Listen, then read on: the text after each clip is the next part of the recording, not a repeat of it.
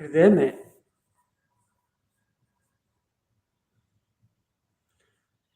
प्रियतम के मिलन की या मिलन के बाद बिछुड़न की जो वेदना, जो अंतर्वेदना, जो विरह की आग हृदय में जो जलती है ना, इसकी अनुभूति दाम, चाम, नाम और काम के व्यापारियों को नहीं हो सकती, कदाप नहीं हो सकती।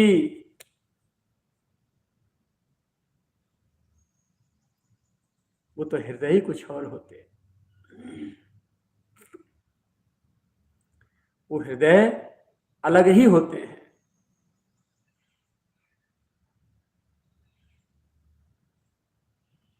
अब ये अवस्था प्राप्त कैसे हो?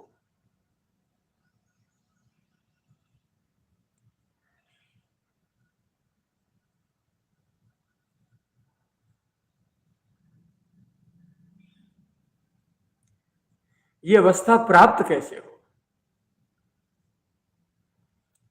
तो सीधी सी बात यह है कि महापुरुष के साधना काल से लेकर के इस सिद्धा अवस्था तक के पूरे जीवन का दर्शन कर लिया जाए, चिंतन कर लिया जाए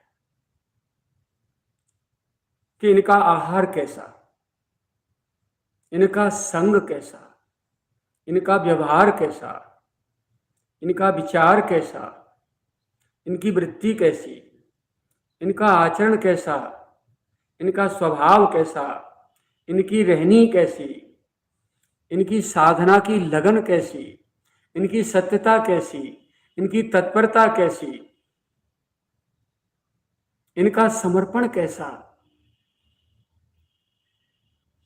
मोह, ममता, राग, आसक्ति इनकी कैसी और कहां, संसार के साथ इनका कैसा व्यवहार और अपने प्रियतम के साथ इनका कैसा व्यवहार, एक एक चीज को अच्छी तरह से।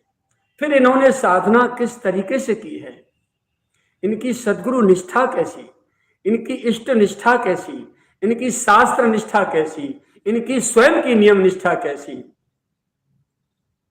और इनकी नियम पालन की विधि कैसी। एक एक चीज को आप जिस दिन निरीक्षण करने में सफल हो जाएंगे और सफल होकर के उसको तुरंत अपने जीवन में आचरण करना शुरू कर देंगे, आप निश्चित मान लेना आप उसी मार्ग पर चल पड़े हैं जिस पर ये महापुरुष बैठे हैं। एक न एक दिन यही अवस्था आपको हस्तगत होगी, अवश्य होगी। इस परमानंद का, इस आह्लाद का आप सुख एक न एक दिन अवश्य प्राप्त करके रहेंगे, बशर्ते मार्ग यही हो तो। और केवल बड़े संतों के समीप रह करके चिपक चिपक के उनके बगल से, उनके गाल से गाल चिपका करके, उनकी पीठ से चिपका करके, उनकी जेठ भर के फोटो खिंचा करके संसार में ये दिखा करके कि हम ऐसे महापुरुष के निकटतम सेवक हैं, और फिर दाम कूटा जाए, संत को भुनाया जाए, ऐसे राक्षसों की बहुतायत है इस समय। मैंने मेरे बाबा के दरबार में देखा, ऐसे कई राक्षस रहते थे जिन्होंने बाबा के जाने के बाद कहीं फ्लैट, कहीं मकान, कहीं बैंक बैलेंस, कहीं दलाली, कहीं क्या क्या दुनिया भर के आडंबर कर रखे, और दिखाने के लिए सीधा साक्षात परमात्मा की गोद में पहुंचने का रास्ता छोड़ करके ऊपर से मुंह बांध के नरक की नाली में कूदे, और फिर दूसरे को जीने नहीं दे रहे, उनकी निंदा करते फिर रहे।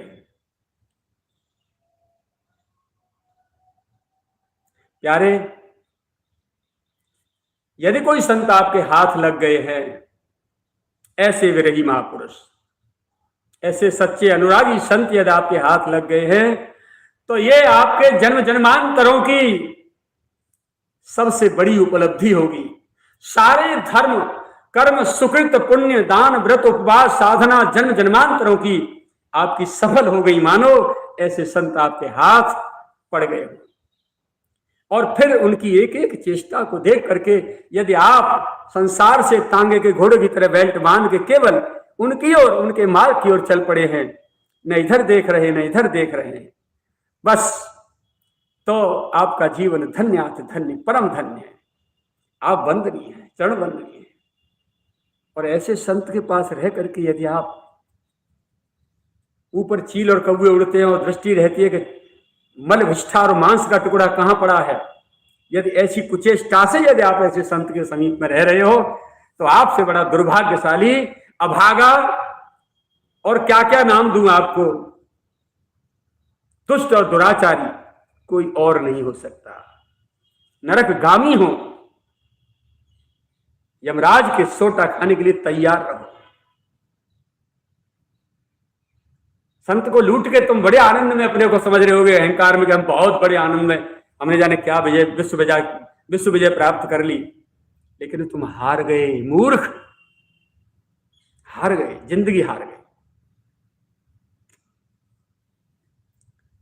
सावधान प्यारे, मैं ईर्ष्यावश नहीं कह रहा हूं, मैं तो, मेरा कोई प्रयोजन ही नहीं है किसी से, पर आपको आंख दे रहा हूं, दृष्टि दे रहा हूं, क्योंकि मैंने लगभग इस सदी के बड़े से बड़े सभी महापुरुषों के दरबार का निरीक्षण किया है, निकटतम सेवकों का निरीक्षण किया है, और हर महापुरुष के निकटतम सेवा में सब प्रकार के सेवकों का भी दर्शन किया है, और उनके कर्मों का भी आकलन किया है, उनकी इच्छा चाह लालसाओं का भी तांडव देखा है।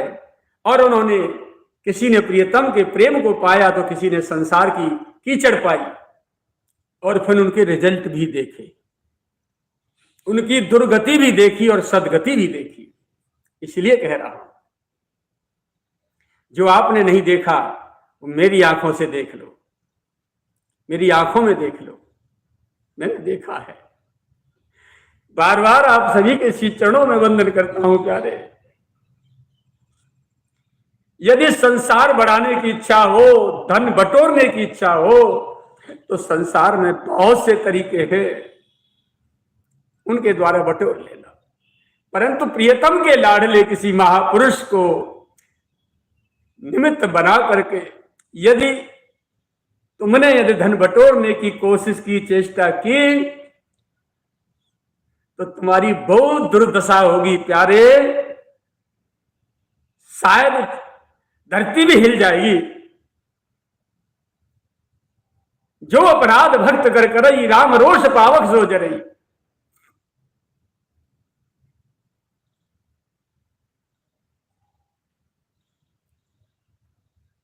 तो निवेदन कर दूं, महद अपराध से बचे रहना, भक्त अपराध से बचे रहना, अहंकार में आकर के भक्त अपराध मत कर देना, संत अपराध मत कर बैठना।